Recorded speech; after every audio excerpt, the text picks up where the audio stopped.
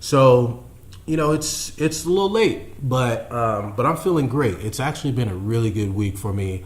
I'm just happy. I had an opportunity to talk to one of my boys, Nathan Johnson, one of my ex-marching band mates. We also played in garage band together. That's my boy, and he is the guy that designed my logo, and basically, fellow entrepreneurs, so we always get an opportunity to talk about business and, what's going on in our lives and everything. And so, I was telling him that I've gotten back to the real, just love of the game. I've always loved what I do, but right now I'm just really locked in that zone where I'm feeling great. Now, mind you, there are aspects of my job that can get tedious sometimes. There are things that annoy me. There are things that upset me, just like any profession or any job. But overall, in the grand scheme of things, I really do love what I do. And realistically, it's that love, it's that enthusiasm that allows me to be at the office till 10 at night, till 2 a.m., till 3 a.m., till 8 a.m. The other night, I was working here, was doing some video stuff, was working on some other marketing stuff and getting some cases put together. And next thing I knew, it was 8 a.m. I had started the day. I had a court appearance at 8:30, and I basically worked all day, took a quick dinner break, got back to the office and worked, basically all night until 8 the next day. Then I slept 2 hours, woke up, got ready, got to the office, tied up some loose ends, and I was on the road to get to Brawley.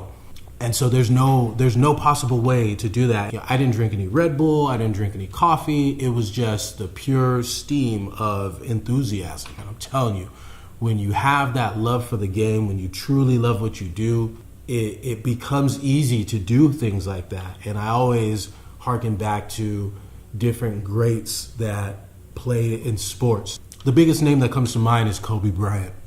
Kobe Bryant was known well into his career for still being the first person in the gym and the last one to leave. We're talking about getting to the gym at 4 a.m., practicing, working out, doing all the little things that made him great. All the things that are not sexy in order to do the things on camera that are sexy. We live in a culture, especially with social media, where everyone's looking for the quick fix. Everyone's looking for the get-rich-quick scheme. Everyone's looking to have the bikini body in 2 months. All these different things, and nothing that's worth having comes easy. Everything takes work. Everything takes time. Everything takes effort if it's worth having. And so when we look at, scroll through your Instagram feed and you see people trying to push this new age entrepreneur culture that has yachts, Learjets, private planes, just a lot of BS, and it completely disrespects the culture of what a true business person is who has love for the game. Where, I'm not going to lie to you. I'm in it to make my financial future for myself, for my future family and all of that. But at the end of the day, it's always been and always will be the love of the game that fuels me.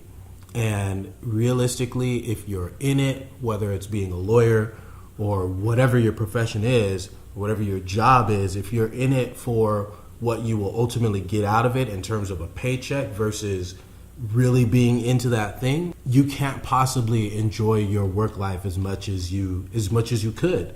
And so again, I go back to, it's a matter of perhaps shifting your thinking in order to enjoy the process, or it might be a matter of moving out or transitioning out from where you're at to where you would really like to go if you had your way. And you can have your way. Absent certain limitations, you can pretty much do whatever it is that you want to do. And so that's why, just tapping back into that is just making me feel really good right now.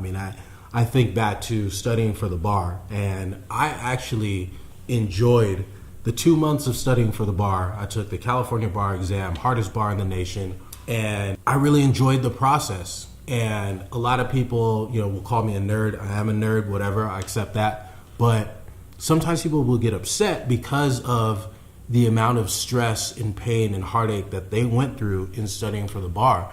And I'll tell you, it was just a matter of perspective. When I was studying for the bar, I felt so privileged to be there. I felt privileged to have a seat at the table to take this examination.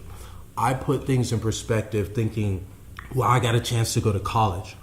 I got a chance to go to college and I graduated from college. And there's so many people who couldn't even get in or who couldn't finish that journey.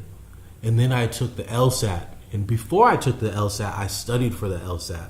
I paid for a course and, I had to pay for that out of pocket, the $1,500 that the course was. And I took that course and I put myself in the best position to do well on the LSAT.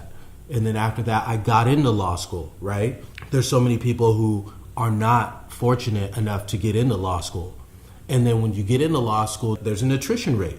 The bottom 8%, 10%, they don't make it past their first year. People sometimes drop out weeks into the first semester because it's just too hard. It's funny, you may have, before you start your very first day of law school, you may be assigned 500, 600, 700 pages of reading before you even step into your first class. And so, putting that in perspective, realizing how many people weren't able to make it through that journey of law school and then to complete that, to come from where I came from and graduate from law school and then be able to have the opportunity to sit for the hardest bar exam in the nation, rivaling New York. I just felt so empowered. I felt so privileged. I felt so thankful and grateful that I had this opportunity that, number one, there was just no way that I was going to fail.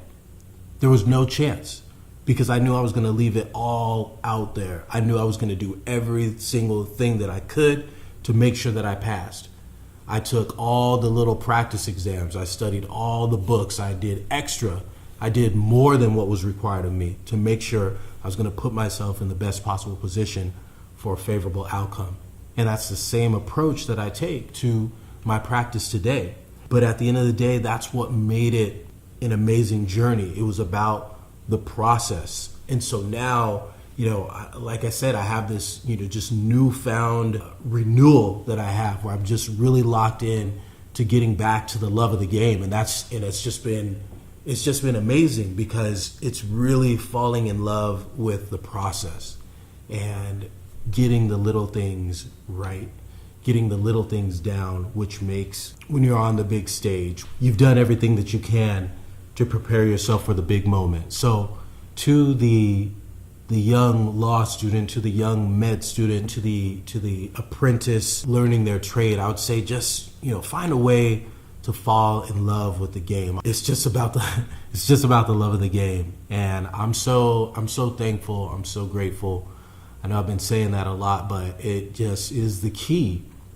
It really is the key to being able to deal with the high stress, to being able to deal with the pressure and everything else that comes along with dealing in matters that have such high stakes for people's lives. So I'm gonna end on that. Just find a way to enjoy what you're doing. It makes all the difference in everything that you do. You're gonna be better at it. You're gonna enjoy it more. And I honestly believe it'll make you live longer. It'll make you happier overall. And you'll just be better to deal with. So if you like this video, make sure you show me some love. Hit the like button. You can share it if you like. And also subscribe to my channel so you can be updated when we drop future videos. Thank you so much. Have a wonderful evening. We'll talk to you soon. Till next time.